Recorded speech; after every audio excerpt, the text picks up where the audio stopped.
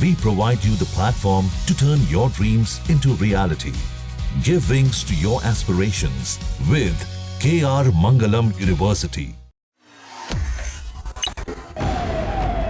पीछे जाइए, नहीं तो आपको भी खतरा हो सकता है। पीछे जाइए, पीछे। कानपुर के रिहायशी इलाके में चल रही अवैध जूता चप्पल फैक्ट्री में भीषण आग लगने से 2 लोगों की मौत हो गई। आग शॉर्ट सर्किट से शुरू हुई और पूरी 5 मंजिला इमारत में फैल गई। तीसरी मंजिल पर फंसे परिवार को निकालने के लिए दमकल और एसडीआरएफ की टीमें रात भर जुटी रही। बिल्डिंग में ना तो फायर सेफ्टी थी और न ही आपात निकास। नियम कानून ताक पर रखकर रिहायशी इलाके में चल रहे चमड़े के जूता और चप्पल बनाने के कारखाने में आग लगने से 2 लोग जिंदा जल गए। आग 5 मंजिला इमारत की पहली मंजिल पर शॉर्ट सर्किट से लगी। तीसरी और चौथी मंजिल में दंपति और उनकी 3 बेटियां फंसी थी। डीसीपी सेंट्रल दिनेश त्रिपाठी ने बताया कि तीसरी मंजिल में 2 शव मिले हैं।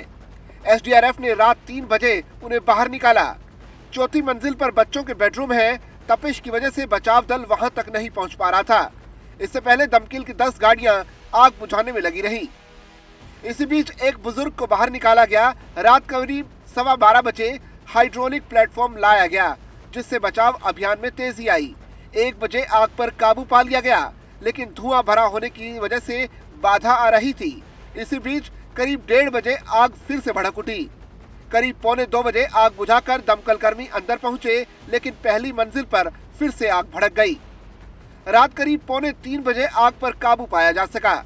इमारत में ना तो आपातकालीन निकास था और ना ही आग बुझाने के इंतजाम किए गए थे। रोड संकरी होने से दमकल कर्मियों को दिक्कतों का सामना करना पड़ा। इमारत मोहम्मद कासिफ की है। पहली और दूसरी मंजिल में जूता चप्पल बनाने का कारखाना है, तो तीसरी और चौथी मंजिल में कासिफ और भाई दानिश का परिवार रहता था। आग सबसे पहले पहली मंजिल में लगी और उसके बाद एक के बाद एक करते हुए 3 धमाके हुए। इसके बाद आग तीसरी मंजिल तक पहुंची तो 2 तेज धमाके हुए। 5 मिनट बाद तीसरा धमाका हुआ। आशंका जताई जा रही है कि एलपीजी सिलेंडर फटे होंगे। महज 20 मिनट के अंतराल में आग 5वीं मंजिल तक पहुंच गई।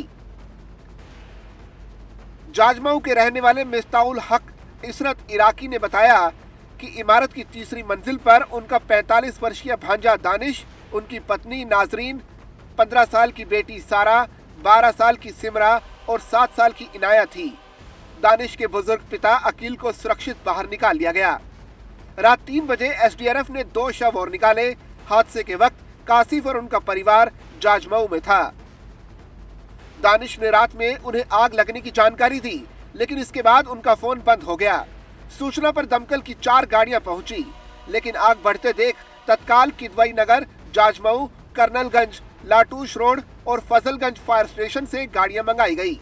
करीब 60 से ज्यादा दमकल कर्मी राहत कार्य में जुटे रहे। देर रात दीवार तोड़कर दमकल की टीमें इमारत में दाखिल हुई।